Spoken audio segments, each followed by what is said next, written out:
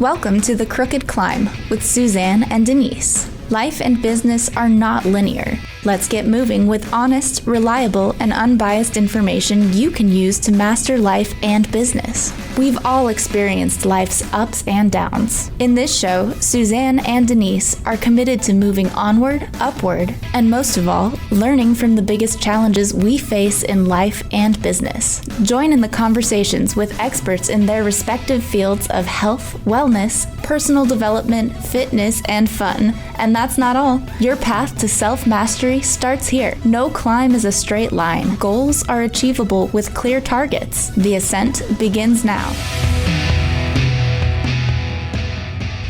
Alrighty, hello everyone. Happy Friday. Welcome to the Crooked Climb with Suzanne and Denise. This is a podcast like no other.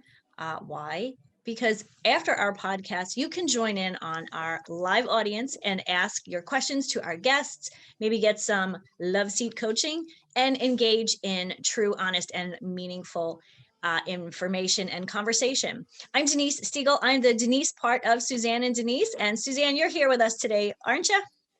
I am, but I am traveling for business today, so I am off camera, but I am here totally 100%. Welcome everyone to the Crooked Climb. And we have a really special guest today. I am so excited to introduce my friend, one of my mentors, Mark Mellohusky, today. We have known each other since high school, and in the real world, Mark is in HR, but in his alter ego, he is a fitness junkie just like me, and he has been doing functional fitness and movement for, let's just say, more than 20 years. And welcome, Mark. Say hello to our audience today. Thank you. I appreciate you ladies having me. It's a pleasure to be here. Hi, Mark. Thanks for being with us. So for our audience, let me just kind of touch about, physical fitness. Like, what does fitness mean to people? Does it mean that you're thin? Does it mean that you weigh a certain amount? Does it mean you're strong? Obviously, it means a little bit of all of that, but physical fitness obviously is more about that state of health and well-being, but more importantly, your ability to perform daily activities. And this is really where I want to talk to you. I'm really excited to talk to you because obviously, we're eating right and we're getting enough sleep and we're exercising, but are we doing the right exercises to really benefit us today, but also that's going to help us as we're getting older? Yeah, and I think, go ahead, Mark. Oh, sorry, go ahead, sir. No, go ahead. I think you really hit on an important topic of functional fitness. And you alluded to it. I define functional fitness as it's a measure of how capable you are of dealing with everyday demands on your body and your mind. A lot of people leave the mind part out. Good point. Yeah, and that's definitely one of the things we address often here on the Crooked Climb is that mindset is really a huge part of everything. Eating healthy, taking better care of yourself, getting older, personal development, and fun. Mindset is a huge piece of it. And one of the questions I had specifically in related to fitness as we get older is functional movement is really defined as what, Mark? Maybe you could help us with that. I think it's functional movement is you need to practice those exercises that incorporate full body movements using all your muscles in all planes of motion. Basically using your body how it was designed to by evolution to survive the capabilities of everyday life. So what does that mean for somebody, in their 50s and who sits most of the day at work, what does functional movement or exercise look like to somebody like that? For that, everybody's got different goals. I think people should just strive to move in full ranges of motion and pain-free ranges of motion. We all don't need to be Wonder Woman or the Hulk. We all don't have the genetics for that. But we're all very capable of controlling our bodies and having better full ranges of pain-free motion, especially as we get older. I'm in my 50s. All of my personal records of weightlifting and every other strength thing is way back in the past. I'm more concerned now with having a decent foundation of strength, moving in full ranges of motion, and pain-free, so I can enjoy my daily life and advance my quality of life as I get older. So it's interesting because I'm with you. Like a lot of the things that I used to do in my 20s and 30s, I can't do anymore. It doesn't feel good.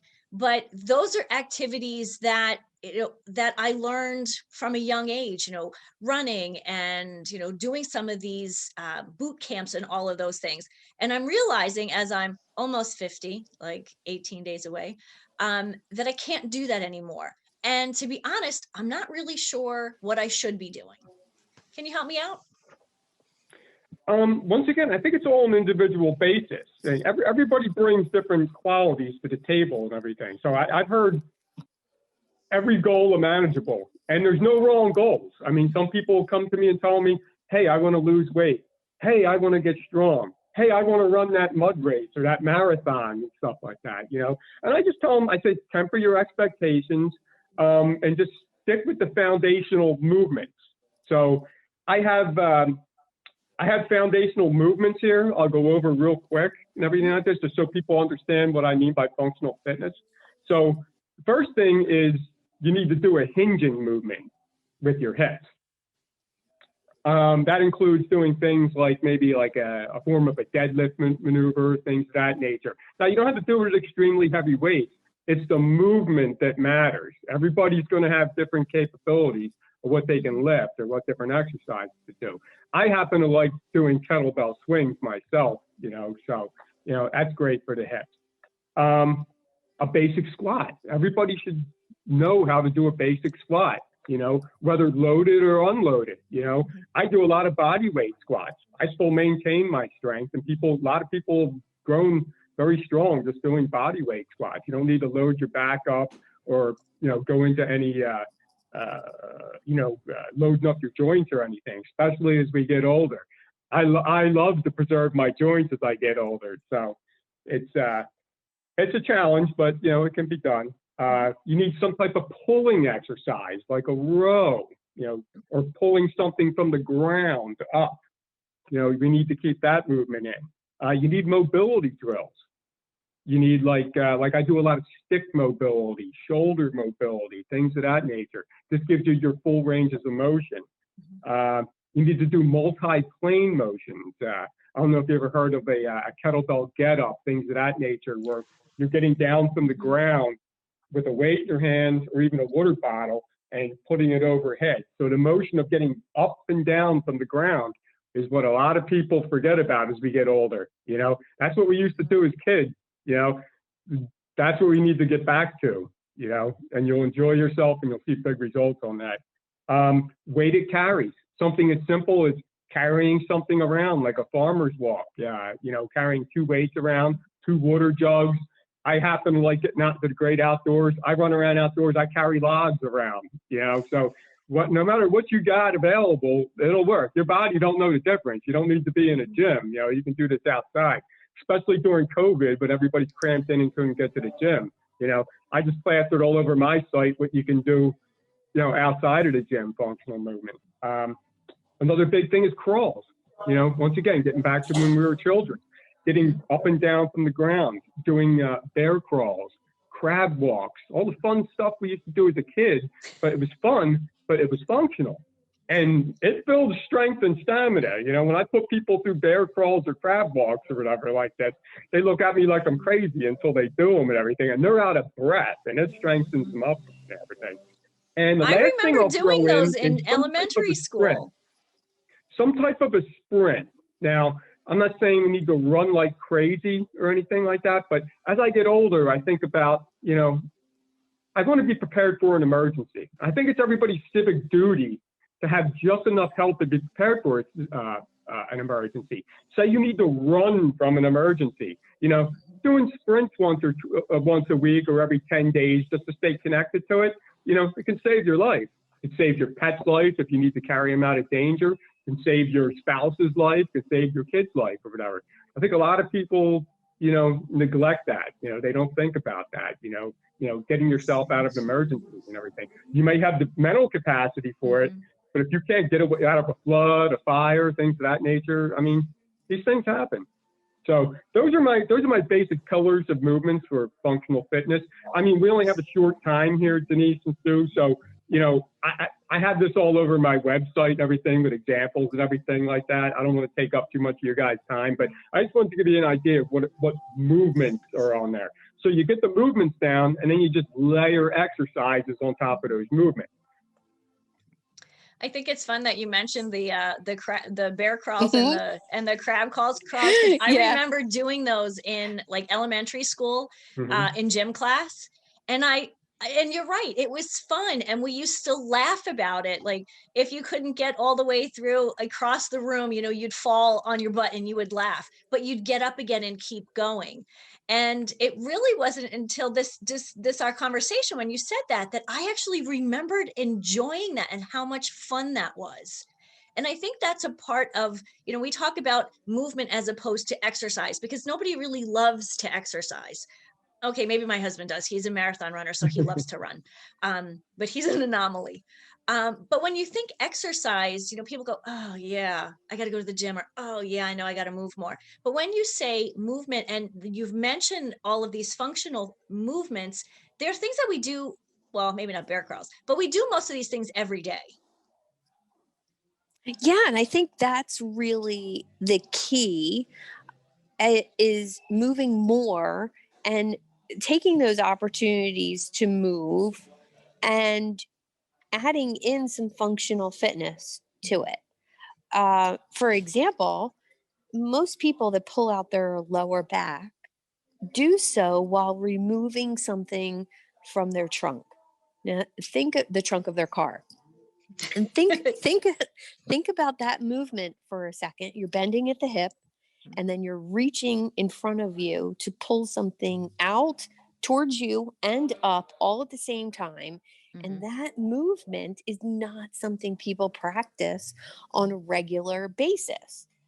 But if you add functional movement into your routine, that's actually something that's pretty common as far as functional movement goes. So, I think, as we need to, we're having a more sedentary lifestyle than, 100 years ago, 200 years ago.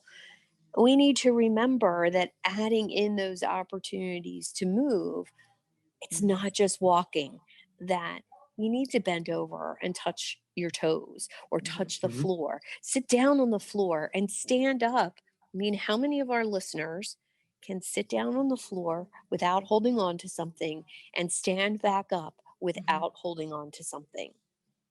Right. And like the get up that Mark just mentioned. I remember doing those a couple of years ago. And at first it was actually really hard. Now, granted, I had a weight in my hand, but I hadn't done that type of movement in a long time. Very true. I think what's important to mention too is, as we're talking about these exercises, and Mark, you mentioned all sorts of exercises. I think the point here is you're training your muscles, your kind of your upper body and lower body, but also that core stability in all of the exercises you've mentioned. There's really some core stability work there as well. Absolutely. That's what I'm seeing. And talk about a little bit more of that, like why that's important. Well, your core drives your body. That's why, you do total body exercises. So all those movements I just mentioned, you're absolutely right. They all involve the core. I advocate, I always tell people, you train your body in one piece, not in isolation. I love if you go to any local gym, things of that nature, you'll see people doing bicep curls. They're on the leg curl.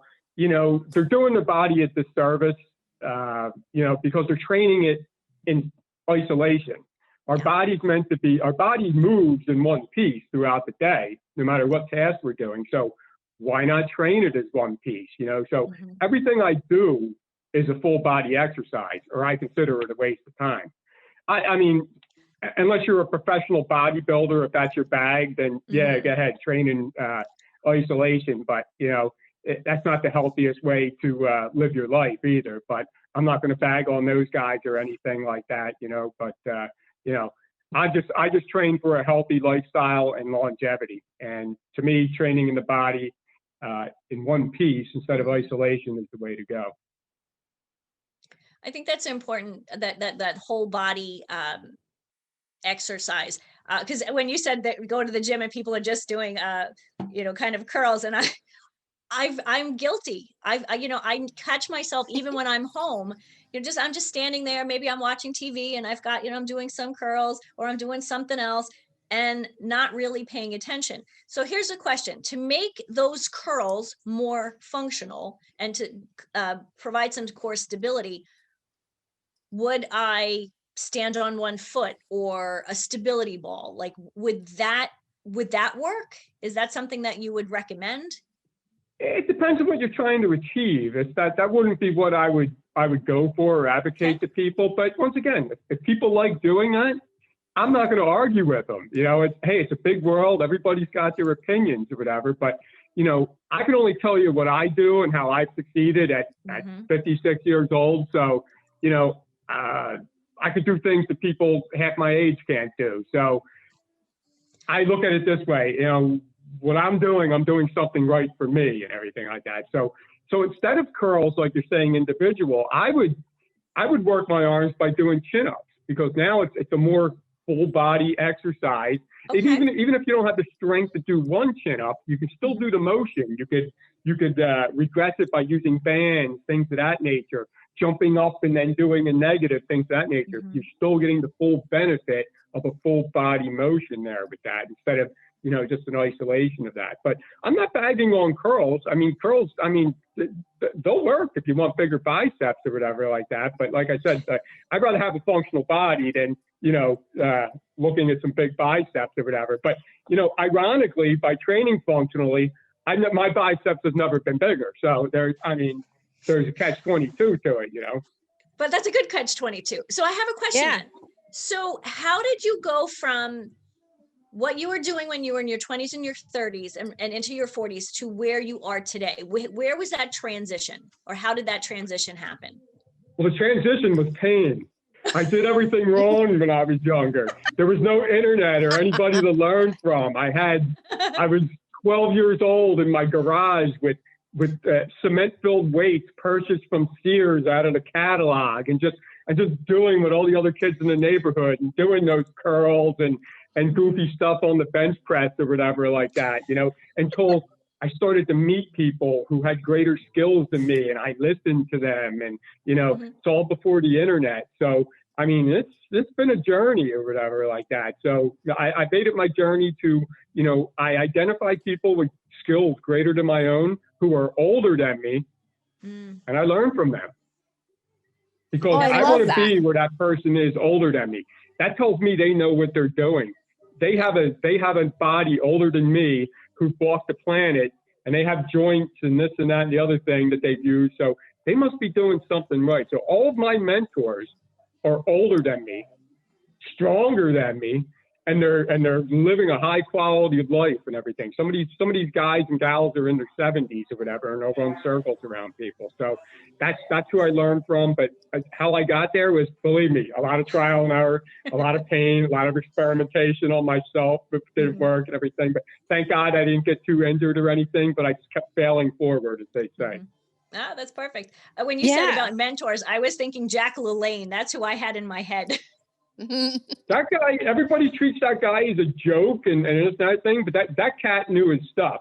You go and look at his 1950s chalkboard teachings of what not to eat. He was telling you not to eat sugars and simple carbs and all this stuff, 60 years before people are making $1 million livings off of that advice and everything. So that dude was the real deal.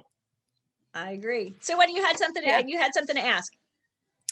I just wanted to mention, double movements. And my question was, so if doing a bicep curl and doing a squat at the same time while engaging your core, is that considered functional? Is that considered whole body? If I'm doing, those compound movements that involve 2, 3, 4 muscle groups, does that count as functional movement? I would, I like that, but you know what I would add to that to make it even more functional? I would do this, hold the dumbbell or a kettlebell. I do the squat or like a curl, and then do an overhead press with it. So now you've just done a great functional movement. So you're getting into the other planes of movement by going over your head. Yeah, I like that. Right, because you're basically activating everything with that, or some variation thereof of it,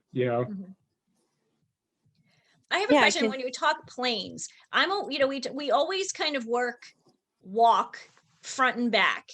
What about working side to side? Oh yeah, rotational training is very important too. A lot of people don't do it, and they're like, even me, I don't like doing it that much. I just force myself into it because it's good, but yeah, I just stick with two things I do for rotational. I'll do sandbag rotational lunges.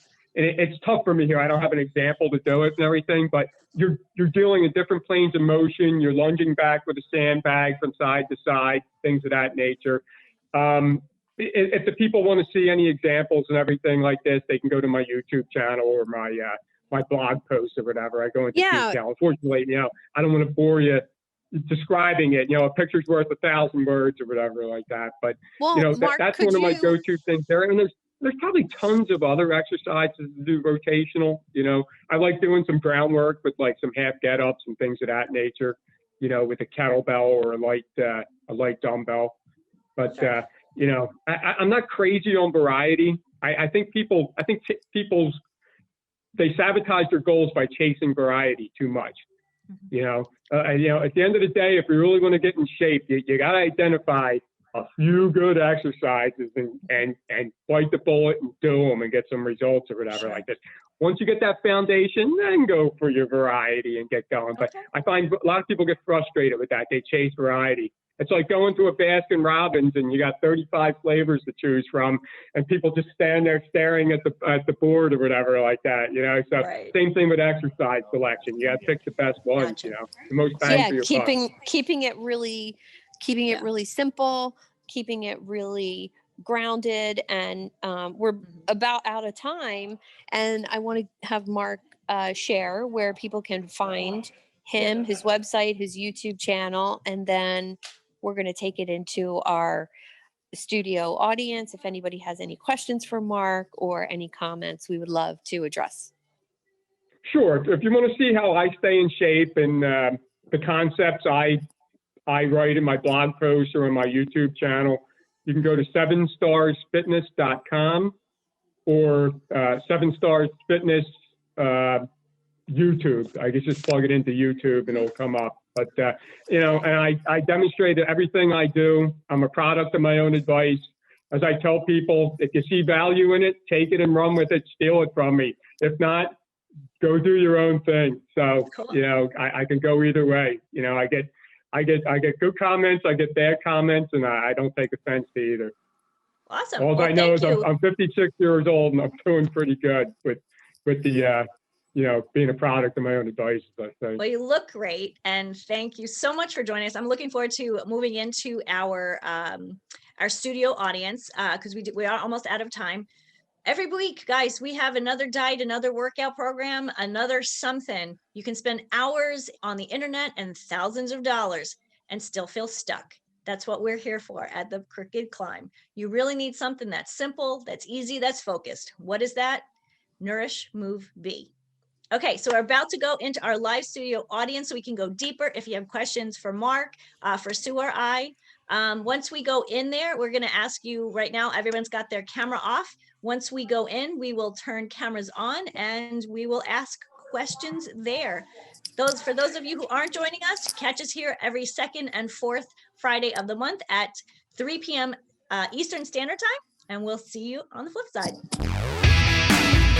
Thank you for tuning in to The Crooked Climb with Suzanne and Denise. Life and business are not linear. Your go-to solution for honest, reliable, and unbiased information you can use to master your life and business. To connect with Suzanne, visit thetailoredconsultingagency.com. That's tailored, Taylord. And to connect with Denise, visit livinghealthylist.com.